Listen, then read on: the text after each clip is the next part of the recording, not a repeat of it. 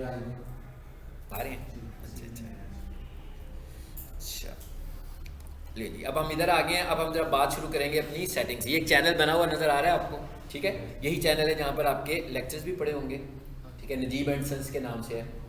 तो आप लोगों ने जाते हुए ग्रुप में ऐड हो जाना, ताकि जो भी डाटा हमने पहले से शेयर किया हुआ है उसको हम रीशेयर कर देंगे आप लोगों के लिए जिन्होंने आज से ज्वाइन किया है, और चैनल का लिंक भी शेयर कर देंगे ताकि आप घर बैठ के भी लेक्चर सुन सकें। अच्छा, अब हम जरा इसकी सेटिंग्स में आते हैं, और मैं बहुत सारे चैनल्स होंगे जिन पे मैं आपको सेटिंग्स दिखाऊंगा।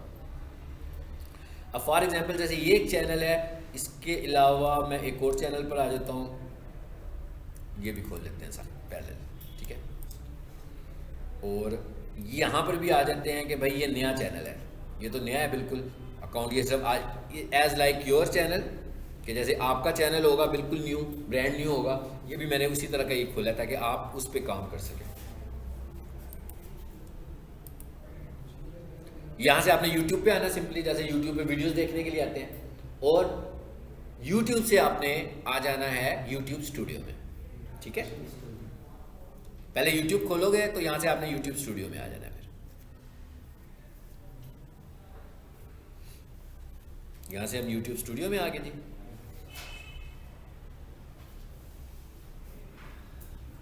इसका मतलब है कि मैं अपने चैनल में आ गया, ठीक है? YouTube स्टूडियो का मतलब आपने कोई भी काम करना है, वीडियो अपलोड करनी है, उसकी ऑप्टिमाइजेशन करनी है, तो हमें YouTube स्टूडियो में आना है, ठीक है? वीडियो को लेकर आना है हमने। जैसे आप ये देख रहे हैं चैनल कुछ भी नहीं है यहाँ पे, यानी कि चैनल ही नहीं बना हुआ यहाँ पे कोई। ये इस तरह के, जैसे आप लोगों ने शुरू करना है काम, जहाँ से आपने शुरू करना है ना, ये वो जगह है यहाँ से आपने अपलोड करनी है वीडियो। और अगर मैं इसकी सेटिंग के पार्ट में जाऊँ तो ये इसकी सेटिंग का पार्ट है, ये हमने सीखना है। क्योंकि आपने जब भी चैनल ऑपरेट करना है तो सबसे पहले उसकी स्टैंडर्ड सेटिंग को देख लें। उसके बाद ये चैनल सेटिंग्स है, वीडियो की मोस्टली सेटिंग नहीं होगी। वीडियो की ज़्यादा सेटिंग्स उस वक्त होगी जब हम वीडियोस लगा रहे होंगे, तो उसी वक्त हम हर वीडियो की अपनी मर्जी से सेटिंग्स करेंगे। अच्छा, अब अगर मैं यहाँ पर आ जाऊँ तो मैं ये एक क्लाइंट का भी खोल लेता हूँ चैनल। ये चैनल डैशबोर्ड पे आ जाते हैं।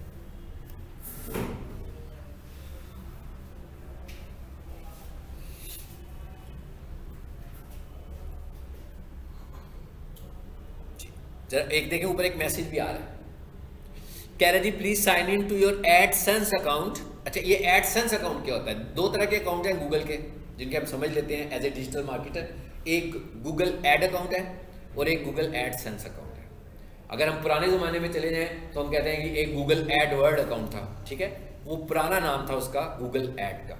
अब गूगल एडवर्ड को उन्होंने रिप्लेस कर दिया हुआ है गूगल एड के नाम से। तो एक गूगल एड अकाउंट है। गूगल एड अकाउंट का मतलब है, गूगल एड जो है ये हमारा एक पूरा मॉड्यूल है जिसे हमने पढ़ना है, लेकिन गूगल एड अकाउंट कौन सा है? जिसमें हम एडवर्टीजमेंट करते हैं, यानी हम कहें ना सर्च इंजन मार्केटिंग, SEM जिसको बोलते हैं। एक है SEO, सर्च इंजन ऑप्टिमाइजेशन, ठीक है ना? ऑप्टिमाइजेशन SEO है हमारी, सिंपल फ्री है, ऑर्गेनिक है, उसमें कोई पैसे नहीं लगने हमारे। लेकिन जब हमने एडवर्टीजमेंट करनी है, पेड एडवर्टीजमेंट करनी है, that is SEM, search engine marketing. So ये है पेड मार्केटिंग। इसको हम PPC भी बोलते हैं, पेपर क्लिक भी बोलते हैं, इसको गूगल एड्स भी बोलते हैं, और इसको हम SEM भी बोलते हैं। लेकिन ये सब पेड है, यानी हर क्लिक के ऊपर आपको पैसे देने हैं। चाहे मैं ही क्लिक कर दूं और मेरा कोई रेलिवेंसी भी ना हो, किसी ने ऐड चलाया हुआ, मैंने उसके ऐड पे क्लिक कर दिया तो रेलिवेंसी भी ना हो, तो भी उसने पैसे देने हैं उसके। तो ये पेड मार्केटिंग है, ठीक है? बाकी पेड मार्केटिंग को हम डिटेल से देखेंगे।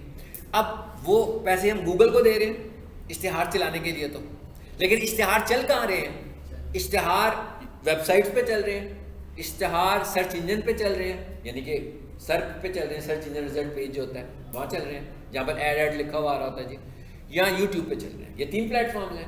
अब ये 3 प्लेटफॉर्म में से एक ऐसा प्लेटफॉर्म है जो इंडिपेंडेंटली गूगल का है, जो इंडिपेंडेंटली गूगल का है।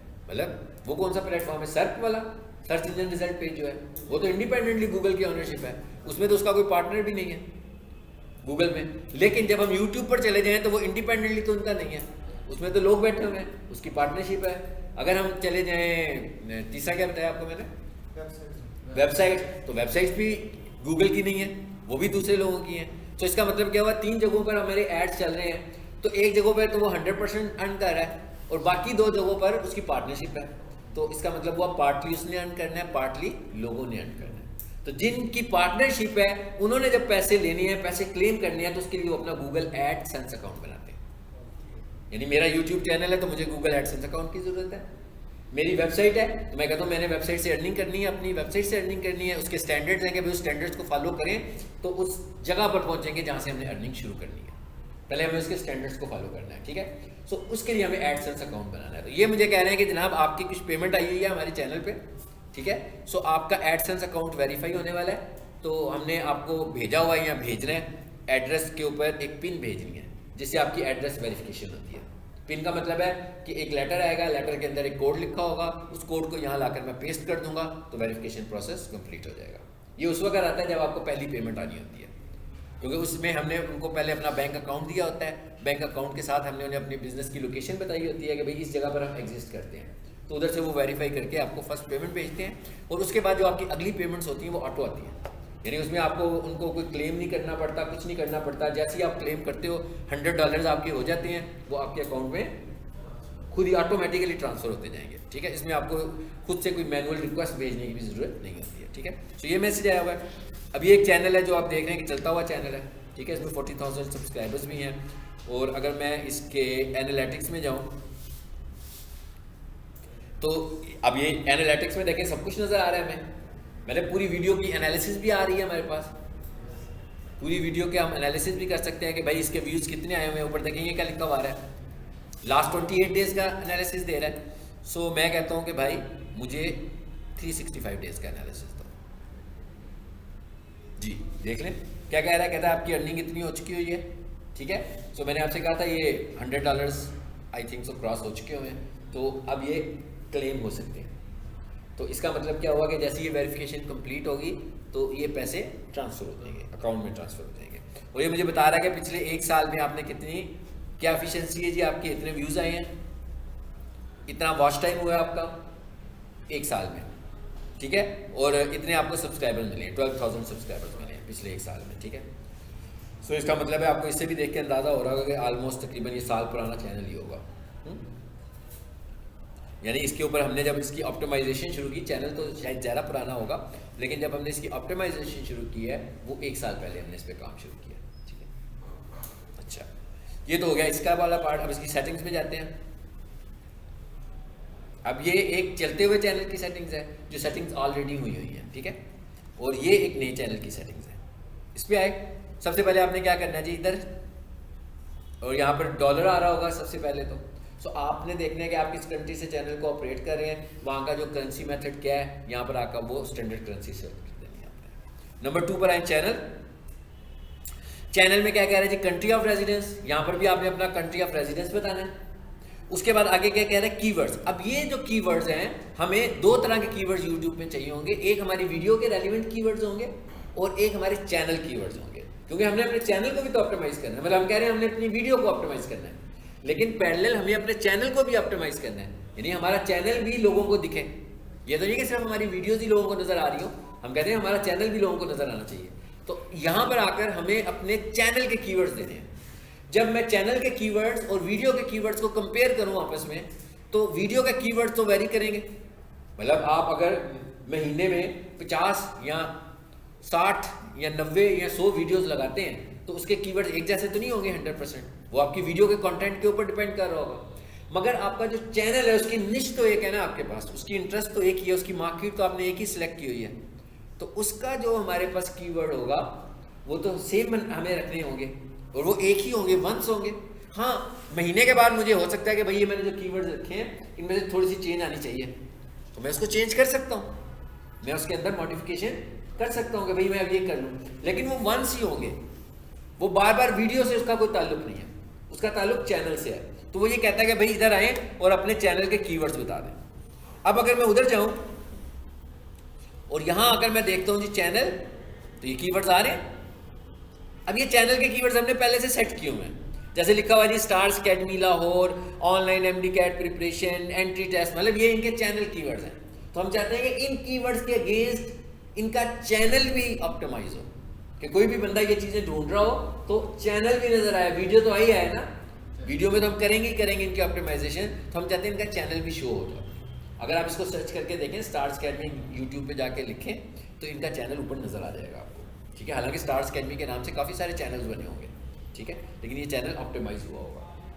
सो ये आपने करना है। ये कितना बड़ा हम कंटेंट दे सकते हैं जी, यहाँ पर देखें 500 कैरेक्टर्स, यानी आपने जो चैनल के कीवर्ड्स ऐड करने हैं वो मैक्सिमम आपने कितने ऐड करने हैं, 500 कैरेक्टर्स। उसके बाद आ जाते हैं आगे, ये क्या लिखा हुआ है, एडवांस सेटिंग्स। एडवांस सेटिंग्स में देखें क्या कह रहा है जी, ऑडियंस कौन सी है आपकी जी, यहाँ पर लिखा हुआ आ रहा है जी set this channel as made for kids. दूसरी ऑप्शन पे लिखा हुआ है नहीं जी ये किड्स के लिए नहीं बना हुआ। और तीसरी ऑप्शन पे लिखा हुआ है कि मैं जब कोई वीडियो अपलोड किया करूंगा तो मैं उसी वक्त बता दिया करूंगा कि ये वाली वीडियो मेरी किड्स के लिए है कि नहीं है। अच्छा, अब ये किड्स से क्या मुराद है? किड्स से मुराद ऐसे नहीं है कि कार्टून बनाए हैं हमने या बच्चों के लिए कोई 6ठी 7वीं लेवल की चीज़ें हैं, बल्कि किड्स का मतलब ये है कि भाई आपने जो कमेंट्स ऑन किए हुए हैं तो उसमें लोग कमेंट्स दे रहे हैं, तो कुछ लोग अच्छे कमेंट्स भी दे रहे हैं और कुछ लोग ऐसे भी दे रहे हैं जो विजिबल नहीं होने चाहिए। तो अगर आपका किड्स का चैनल है तो उसके ऊपर बुरे कमेंट्स नहीं होने चाहिए। तो अगर मैं इस चैनल को किड्स का चैनल कर दूंगा तो इसका मतलब क्या होगा कि उसके कमेंट्स को ऑफ कर देगा खुद ही, मतलब मैनुअली ऑफ नहीं करूंगा मैं, बल्कि वो कमेंट दे ही नहीं सकता कोई बंदा उस चैनल पर। अब कमेंट्स जो है वो इंगेजमेंट का पार्ट है आपके चैनल के साथ। तो अगर आप किसी को कहेंगे भी मेरे चैनल पे कमेंट ना दो तो इसका मतलब क्या होगा कि आपकी वीडियोस के इंगेज होने के चांसेस रिड्यूस हो जाएंगे, ठीक है। सो आम तौर पर हमें इस ऑप्शन को ऑफ नहीं करना चाहिए, लेकिन अगर आपने प्योरली किड्स के लिए चैनल बनाया हुआ है, ठीक है, तो हम इसको ऑफ कर देते हैं। यानी इसको ऑफ नहीं करते, बेसिकली हम कहते हैं कि बच्चों का चैनल है तो यूट्यूब खुद ही उसके कमेंट्स ऑफ कर देते हैं, यानी उसमें कोई भी बंदा कमेंट ऐड नहीं कर सकता, ठीक है। ये आपकी चॉइस है अगर आप ऐसा करना चाहते हैं। उसके बाद क्या लिखा हुआ आ रहा है जी, गूगल ऐड अकाउंट। ये समझ आ गई है अभी हमें। यहाँ पर गूगल ऐड अकाउंट ऐड करने की क्या जरूरत है? पहले वो क्या कह रहा था भाई एडसेंस, पहले शुरू में मैंने ये बात बताई ना। अब यहाँ पर उसने गूगल ऐड अकाउंट ऐड किया, हमने किया भी वो ऐड, देखें क्यों किया है। इसलिए किया है कि भाई इधर जो वीडियोस लगी हुई हैं उसकी भी तो हमें पेड मार्केटिंग करनी पड़ सकती है। मतलब मैं चाह सकता हूँ कि भाई एक वीडियो है तो उसका एक ऐड चलाऊँ, जो यूट्यूब पर ऐड आ रहे होते हैं मेरी वीडियो का ही ऐड आए।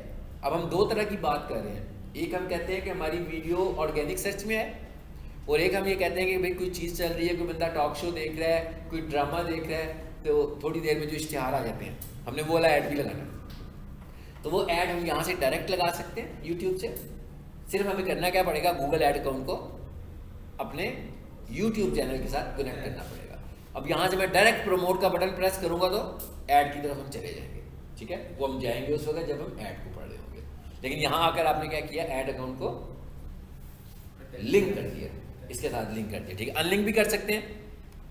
अच्छा, उसके बाद क्या कह रहा है जी, automatic captions don't show potentially inappropriate words. अब ये जो ऑटोमेटिक कैप्शंस होती हैं ये आमतौर पर उर्दू लैंग्वेज के साथ तो नहीं आती हैं, ये इंग्लिश की लैंग्वेज के साथ आती हैं, और एक शुरू में आती भी नहीं है। तो ये कह रहा है कि आपकी जो ऑडियो है उसके साथ इसने ऑटोमेटिक कैप्शंस करनी है।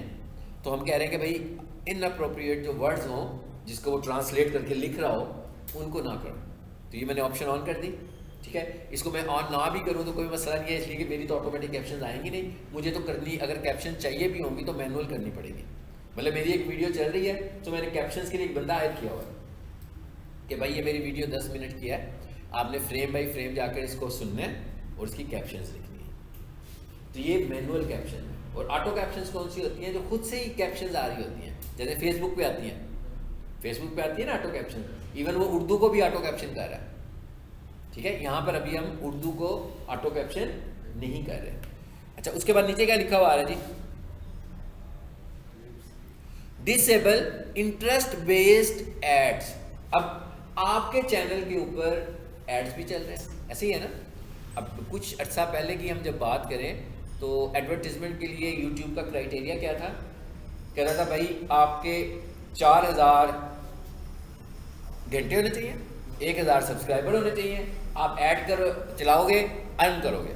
अब उसने काफ़ी अर्सा ये देखता रहा, उसके बाद उसने कहा कि भाई ये तो 4000 तक पहुँचने में इसे तो बड़ा टाइम लग रहा है, लेकिन इसकी व्यूज़ तो देखे जा रहे हैं।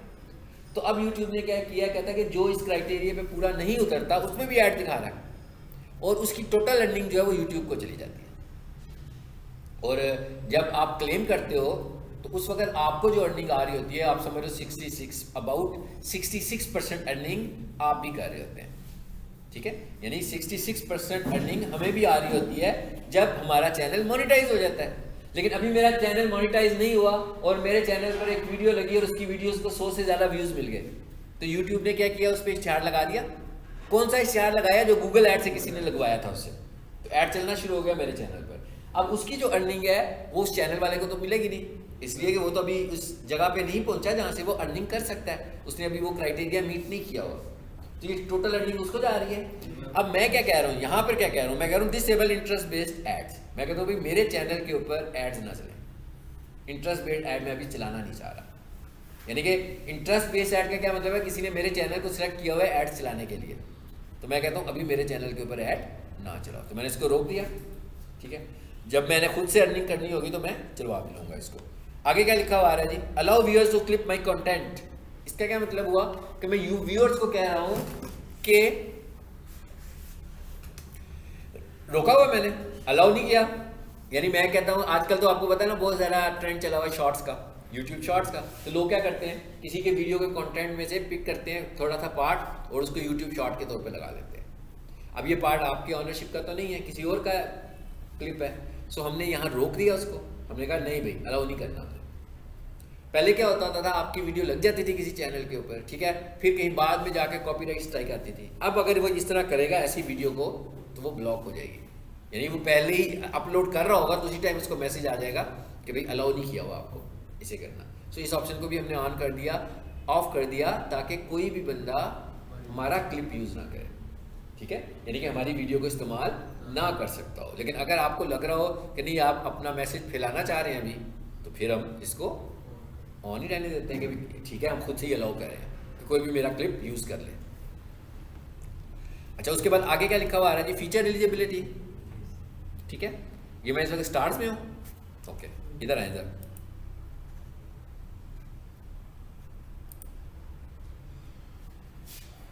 पहला फीचर तो एलिजिबल हो चुका हुआ जैसे आप YouTube चैनल पे आए हैं, ये नया चैनल है। लेकिन जो बाकी के दो फीचर्स हैं अभी आप देखो, एलिजिबल, नो, एक्सेस में नहीं है मेरे पास, बाकी ये ऑप्शन मेरे एक्सेस में अभी तक नहीं है।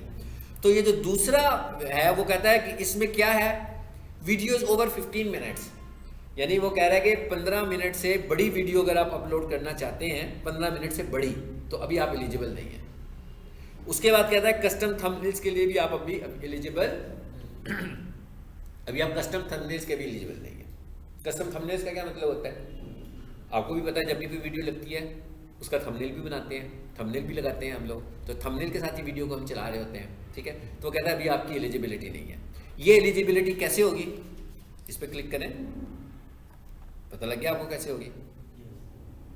वेरीफाई नंबर कहता है अपना मोबाइल नंबर दे, मैं आपके मोबाइल नंबर को वेरीफाई करूंगा। अगर आपने अपनी मोबाइल नंबर की वेरिफिकेशन कंप्लीट करवा ली तो ये दो चीज़ें आपको फौरी तौर पे मिल जाएंगी। सो आपने जब अपना चैनल बनाना है तो ये एलिजिबिलिटी आपने क्लेम कर देनी है अपने मोबाइल नंबर से। सो आपका जब क्लेम हो जाएगा तो आप 15 मिनट से बड़ी वीडियो भी लगा सकते हैं, आप थंबनेल भी लगा सकते हैं।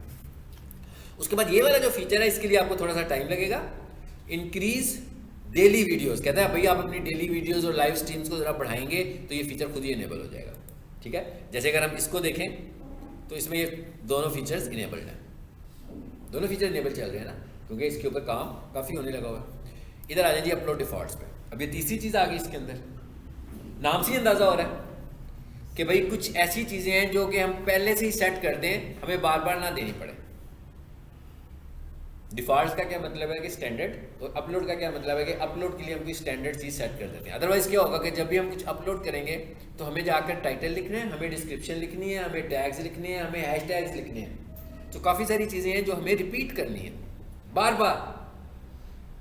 मिसाल के तौर बार बार क्या है, मैं डिस्क्रिप्शन में, अब मैं अगर डिस्क्रिप्शन को सेक्शन वाइज कर दूँ कि भाई आपकी डिस्क्रिप्शन के सेक्शंस कैसे होने चाहिए, तो मैं कहता हूँ भाई उसका जो पहला पार्ट है डिस्क्रिप्शन का, वो आपका एक ऐसा पैराग्राफ होना चाहिए जिसके अंदर आपका मेन कीवर्ड कवर हो रहा हो। ठीक है, फिर मैं कहता हूँ जो दूसरा उसमें पार्ट आप लिखें वो आपका अबाउट सेक्शन होना चाहिए आपके चैनल का, जिससे किसी को भी पता लग जाए कि आपका चैनल क्या है। फिर मैं कहता हूँ उसमें एक पार्ट ऐसा भी होना चाहिए जो आपके सोशल मीडिया लिंक्स को रिफ्लेक्ट कर रहा हो, जिसमें आपका कॉन्टैक्ट अस भी हो। अब ये 3 हिस्सों में मैंने डिवाइड कर दिया, तो अब अगर मैं इन 3 हिस्सों को फिलहाल डिवाइड किया, बड़ा मुख्तसर लग रहा है लेकिन इसमें काफ़ी कुछ लिखना है हमने। तो इन 3 हिस्सों को अगर मैं कहूँ कि इसके अंदर ऐसी कौन सी चीज़ है जो कि स्पेसिफिक है, तो मैं कहूँ जो मेरा अबाउट अस वाला सेक्शन है वो तो फिक्स ही होगा ना भाई, मेरा चैनल किस लिए बना हुआ है, किस मकसद के लिए बनाया हुआ है मैंने चैनल, वो उसमें रिक्वेस्ट आप करते हो सब्सक्राइब करें, कोई चीज़ दिखाना चाह रहे हैं तो वो प्ले लिस्ट उसमें आपने ऐड की होगी अपनी, अपने सोशल मीडिया लिंक्स बनाए होंगे। अब सोशल मीडिया लिंक्स भी स्पेसिफिक है, आपका व्हाट्सएप का नंबर स्पेसिफिक है, आपका एड्रेस स्पेसिफिक है।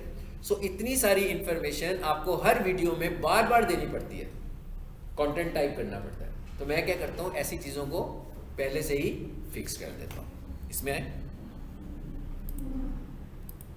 अच्छा इसी में ही थे ऑलरेडी, ठीक है जी, ये देख रहे हैं कुछ कंटेंट फिक्स किया हुआ है मैंने इसमें।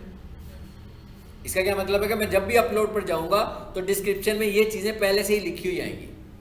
जब भी मैं कोई वीडियो अपलोड करूंगा तो मुझे ये कंटेंट दोबारा से रीटाइप करने की ज़रूरत नहीं पड़ेगी, ये चीज़ें मैंने पहले से ही लिख दी है, ठीक है। अच्छा, अगर मैं चाहूँ कि टाइटल का भी कुछ हिस्सा फिक्स करना चाहूँ, जो कि मुझे आमतौर पे नहीं करना चाहिए, इसलिए कि वीडियो का टाइटल तो मेरी वीडियो से रेलिवेंट होता है, ठीक है, सो इसे मुझे फिक्स नहीं करना चाहिए। लेकिन मिसाल के तौर पर मैं चाहता हूँ कि मैं अपने चैनल के नाम को ज़रा एज ए हैशटैग प्रोमोट कर लूँ थोड़ा सा शुरू में, कि मेरे चैनल का नाम जो है वो एज ए हैशटैग डिफाइन हो जाए। अभी मैं नया हूँ तो मैं क्या करता हूँ, यहाँ पे आकर मैं टाइप कर देता हूँ #StarsAcademy Lahore, ठीक है। अब क्या होगा, 50 वीडियोज़ लग गई तो 50 वीडियोज़ में ये हैशटैग लगा हुआ नज़र आ रहा है।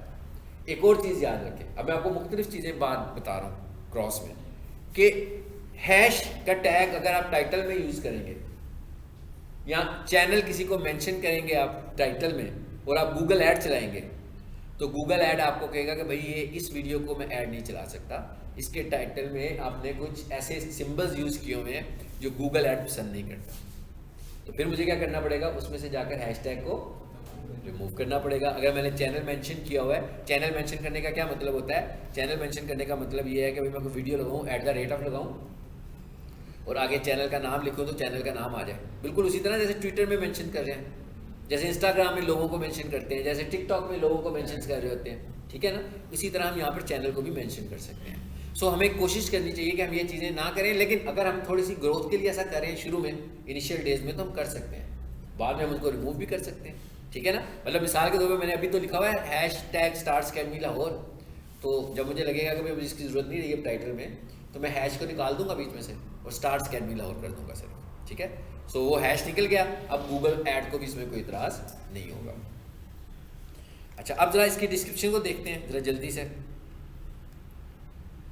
और यहाँ पर देखिए ज़रा इस एक लिंक को अगर हम देखें तो मैंने ऊपर लिखा हुआ है इंस्टाग्राम, बल्कि फेसबुक पहला देख लें, और उसके साथ हर लिंक को लगा, फेसबुक का लिंक ऐसा नहीं आ रहा जैसा आपका फेसबुक पेज होता है, ऐसे ही है ना, एक अननोन सा लिंक नज़र आ रहा है वहाँ पर, बिटली लिखा हुआ है और हर किसी के साथ बिटली लिखा हुआ है।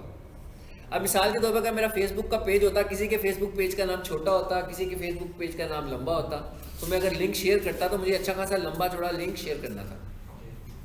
और अगर हम इसको वैसे देखें, इंटरनेट के हवाले से देखें, तो ये नाम हैकिंग के भी इसमें ऑप्शन होते हैं। सो SEO इसको भी पसंद नहीं करता। SEO कहता है कि भाई ये तो आपने पूरी का पूरा पेज ही दे दिया उसको, उसका एक स्टेप तो मुकम्मल हो गया हैक करने के लिए, तो उसको आपके पेज का नाम ही मिल गया, ठीक है। और ये SEO का फैक्टर भी है, कहता है कि आप शॉर्ट नेम यूज़ करें लॉन्ग नेम्स की बजाय।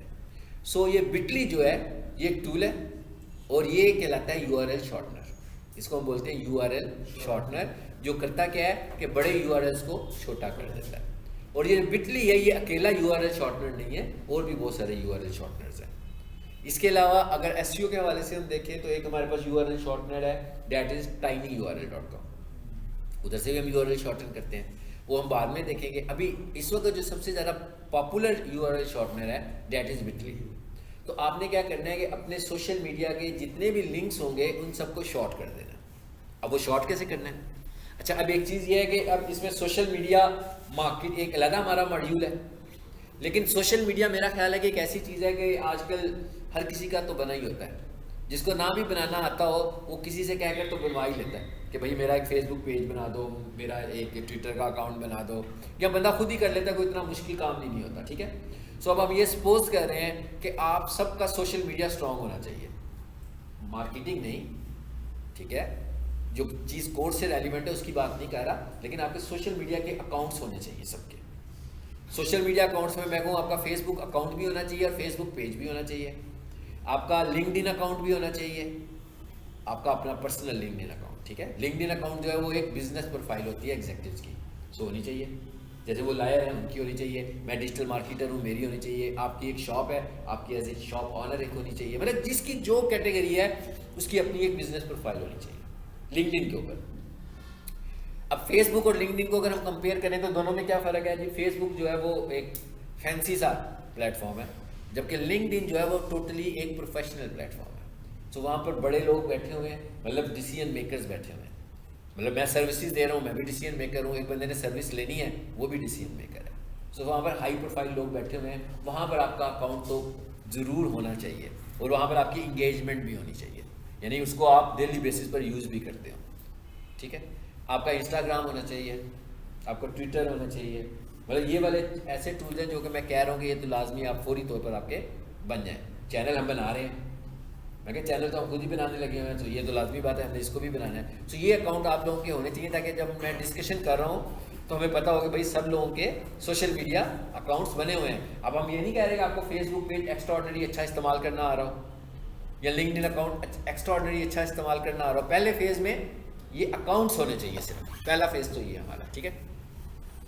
अब मैं मिसाल के तौर पर ये कहता हूँ कि भाई ये मेरे पास प्रोजेक्ट में आता हूँ, मैं एक फेसबुक पेज खोलता हूँ ताकि आपको मैं URL शॉर्टन करने का तरीका बताऊँ कि आपने URL को शॉर्टन कैसे करना है, क्योंकि जब आप YouTube चैनल की बात कर रहे हैं तो आपने पहले फेज़ में अपने URLs बनाने हैं, तो उसके बाद आपने लंबे लंबे URLs की बजाय उनको एक ही दफ़ा URL, और ये ज़रूरी नहीं है कि मैं YouTube चैनल में लिख रहा हूँ, ये आप अपनी ईमेल के सिग्नेचर में भी लिख सकते हैं।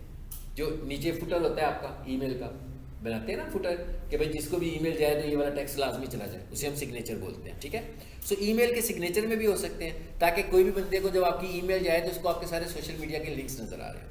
ये आपको किसी को अपना कंटेंट देना हो, किसी ग्रुप में आप चले जाते हो और उस ग्रुप में जाकर आपने अपना इंट्रो देना है, तो वहाँ पर भी आपने ये बनाया हुआ है सोशल मीडिया का लिंक, तो इकट्ठे सारे उसको शेयर कर दें उस ग्रुप में, ताकि उसको आपकी प्रोफाइल एक किस्म की पता लग जाए कि आपकी बिजनेस प्रोफाइल क्या है और आपके लिंक्स कौन कौन से हैं। सो ये मुख्तलिफ जगहों पर शेयर हो सकते हैं, मतलब इसके लिए ज़रूरी नहीं कि हम किसी एक ही प्लेटफॉर्म पे शेयर कर रहे हैं, हम इन्हें मुख्तलिफ प्लेटफॉर्म पे शेयर कर सकते हैं बनाने के बाद, ठीक है। अब जैसे ये मैं आ गया हूँ जी फेसबुक पेज पे आ गया हूँ, अब मुझे इसका बनाना है, ये मेरा फेसबुक पेज है। फेसबुक पेज और फेसबुक अकाउंट में क्या फ़र्क है? फेसबुक अकाउंट आपकी पर्सनल आइडेंटिटी है और फेसबुक अकाउंट आप साइन अप करते हैं, यानी कि बनाते हैं आप, और वो बनाने के लिए आपको एक ईमेल एड्रेस की ज़रूरत है और एक मोबाइल नंबर की ज़रूरत है और एक फ़िज़िकल एंटिटी की भी ज़रूरत है जो आप खुद हैं। और जो फेसबुक पेज है वो आपकी ब्रांड है, चाहे वो आप खुद से ब्रांड है, मतलब मैं कहता हूँ जी मेरे एक क्लाइंट है वो इस्लामिक स्कॉलर है, तो इसका मतलब क्या हो, वो पब्लिक फिगर है तो वो भी एक ब्रांड है। मैं कोई चीज़ सेल कर रहा हूँ, इलेक्ट्रॉनिक्स एसेसरीज बेचता हूँ तो वो भी ब्रांड है। मैं डिजिटल मार्केटिंग की ट्रेनिंग देता हूँ तो उसका मतलब है कि डिजिटल मार्केटिंग के कोर्सेज भी ब्रांड हैं। तो पेज जो है वो आप ब्रांड के लिए बनाते हो कि भाई आप क्या करना चाह रहे हो, आपका बिजनेस क्या है, यानी आपकी बिजनेस, अब आपका जो अकाउंट है वो आपके बिजनेस को रिफ्लेक्ट नहीं कर रहा, आपका अकाउंट आपको रिफ्लेक्ट कर रहा है, लेकिन आपका जो पेज है वो आपकी बिजनेस टाइप को रिफ्लेक्ट करता है कि आपकी बिजनेस टाइप क्या है। सो इसलिए हम पेज बनाते हैं। अब पेज जो है वो साइन अप नहीं होता, पेज जब क्रिएट होता है तो वो अकाउंट में होता है। इसका मतलब क्या हुआ कि पेज बनाने की रिक्वायरमेंट क्या है कि आपका फेसबुक अकाउंट होना चाहिए। मिसाल के तौर पर आप कहते हो यार मेरा एक पेज बना दें, लेकिन मेरा फेसबुक अकाउंट नहीं है, तो आप मुझे कहते हो मेरा बना दें, तो मैं आपका पेज बना के दे सकता हूँ, लेकिन कहाँ से बनाऊँगा? अपने अकाउंट से बनाऊँगा। आपका पेज आपके अकाउंट से तो नहीं बनेगा, यानी इसका मतलब क्या हुआ कि पेज को मैं आपको ऑनरशिप भी दे दूंगा, लेकिन मैं भी तो उसका ऑनर रहूँगा कल को। सो हमें पहले अपना अकाउंट बनाना है, उसके बाद पेज बनाना है, और नंबर ऑफ पेजेस भी बना सकते हैं, ठीक है। अब ये पेज है जी अल्लामा शफात रसूल साहब का, इसको मैंने यहाँ से पकड़ा और मुझे ये लग रहा है कि भाई ये इनका पेज है, पेज के आगे इनके पेज का नाम आ रहा है लिखा हुआ आ रहा है www.facebook.com/अल्लामा शफात रसूल ऑफिशियल। मैं इस पर राइट क्लिक करता हूँ, मैं इसे कॉपी करता हूँ, लिंक कॉपी हो गया, ठीक है। बेसिकली मैं चाहता हूँ ये नाम मैं उधर शो ना करूँ, ठीक है। सो इधर से फिर मैं आता हूँ बिटली पे, बिटली, बिट और .ly, ठीक है, यानी कि bit.ly ये एक वेबसाइट का नाम है। मैं इस पे आता हूँ,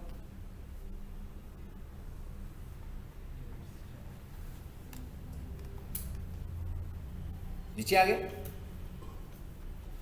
यहां लिखा हुआ आ रहा है, कहता है भाई इधर आए और आप अपने लिंक को शॉर्ट कर सकते हैं, ठीक है। तो यहां पर आप अपने लिंक को पेस्ट कर दें, मैं इसे पेस्ट कर देता हूं, ठीक है, मैंने लिंक पेस्ट कर दिया। आगे क्या लिखा हुआ आ रहा है जी, शॉर्ट, इस पर क्लिक करें, हो गया शॉर्ट, ये एक लिंक आ गया। अब किसी को नहीं पता लग रहा है ये वेबसाइट है कि फेसबुक पेज है कि क्या चीज़ है ये, इस लिंक का ये फायदा है। हाँ, जब इस लिंक पे क्लिक करेगा तो जब खुलेगा तो पता लग जाएगा कि क्या चीज़ है, और उधर ही जाएगा, पेज पर ही जाएगा। अब मैं क्या करूँगा, इसे करूँगा कॉपी और सेम उधर जाकर पेस्ट कर दूँगा। इस तरह मैंने अपने सारे यूआरएल्स को लेना है। सो आपकी एक टास्क आज का ये भी होगा कि आप सब ने अपने सारे अकाउंट्स बनाने हैं। कौन कौन से? लिंक्डइन, फेसबुक, इंस्टाग्राम, ट्विटर, और तो नहीं था कोई बोला। ये सारे अकाउंट्स आपके होने चाहिए। और उसके बाद जब आप ये अकाउंट्स बना लें और एक पेज भी बनाएं।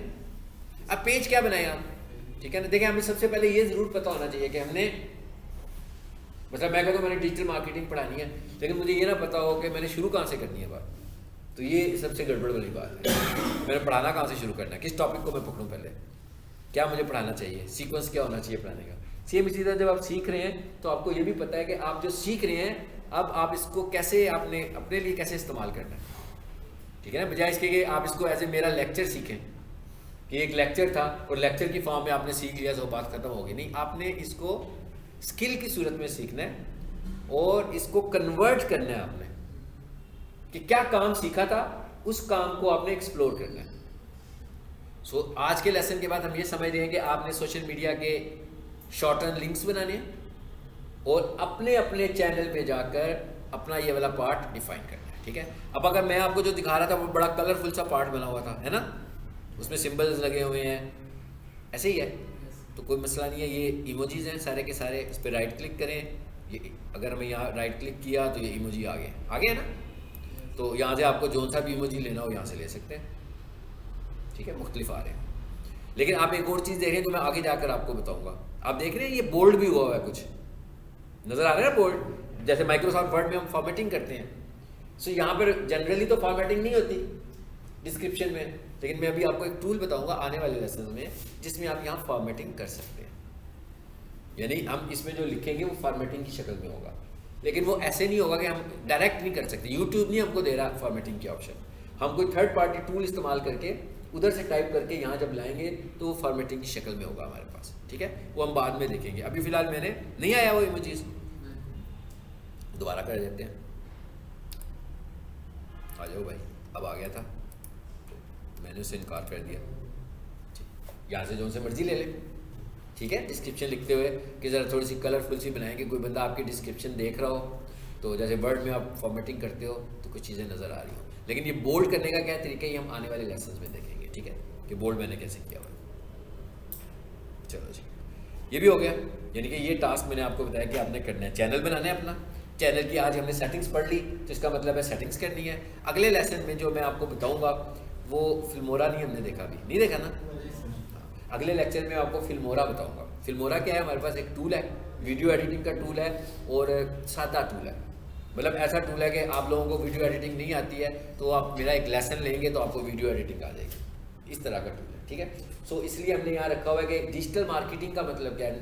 कहने को लगता है कि भाई ये डिजिटल मार्केटिंग कुछ और चीज़ है, कि डिजिटल मार्केटिंग है तो पता नहीं कोई मार्केटिंग की क्लासें हम लेंगे तो मार्केटिंग पढ़ रहे होंगे, ठीक है ना। मार्केटिंग तो है ही है, मार्केटिंग की साइंस हमें पता होनी चाहिए, लेकिन हमने टूल्स कौन से एक्सप्लोर करने हैं हमें ये भी तो पता होना चाहिए। जी जी, लगा लीजिए लेसन में।